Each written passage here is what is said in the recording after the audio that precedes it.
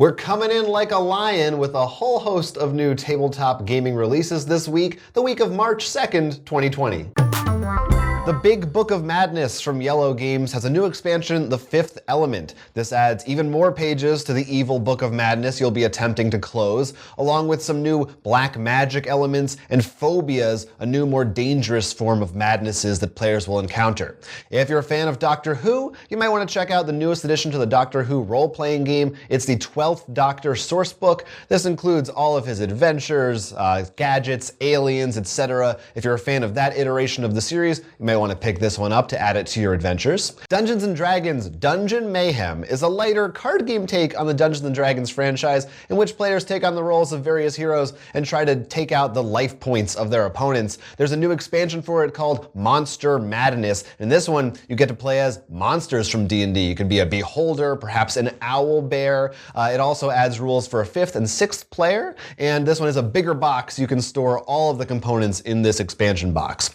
Eternal Chronicles of the Throne has a new expansion, Gold and Steel. This adds a few new mechanics to the game, more powerful weapons, as well as a new type of card from the marketplace, and a new way to acquire a new resource, gold coins, which you can spend to use those market cards. Magic the Gathering has a new product, Unsanctioned. The unsets have been traditionally joke cards, but unlike the previous ones, which were booster packs, this one is more like a board game, which includes 5 small set decks, which you take 2, combine them together, and play against an opponent. We've also got Munchkin Warhammer, Age of Sigmar, Death and Destruction. This adds the Court of Cannibals as well as the Iron Jaws to your Munchkin Warhammer games. We've got Nova Luna. This is a game all about the moon in which you'll gain different tiles from a sort of moon wheel, but they'll give you tasks. To complete those tasks, you'll have to put tiles next to them, which will give you new tasks.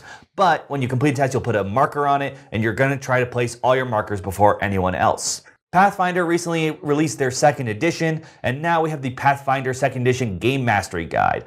This is like the similar Gamemastery guides for any kind of different RPGs. It tells you how to do adventures, how to deal with issues with your PCs, how to do and make NPCs. In fact, it gives a bunch of basic NPCs for you to use, like cultists or guards.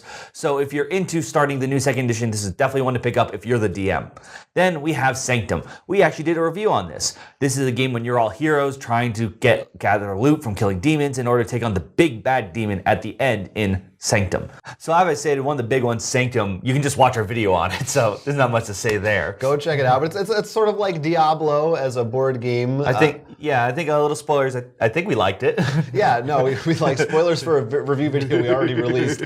But yeah, that's available now, and I think it's got some good hype behind it, so you might be looking for that one. The Unsanctioned one is very interesting because the joke cards, they can be really fun because they're more jokey, it's more silly, but a lot of people had fun playing with boosters. But this one plays more like a board game, which, while I do like, the problem I have with it is it's like 40 or 50, I can't remember off the top of my head.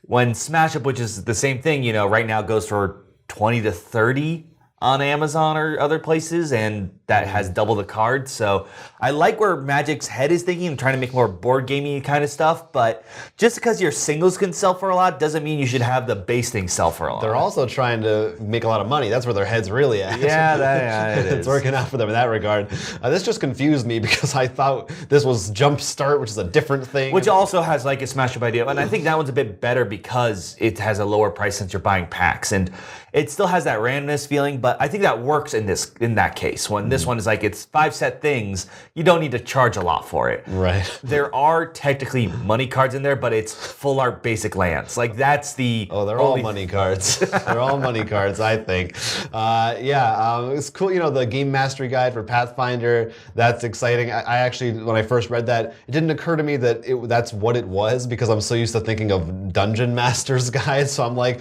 some kind of a weird.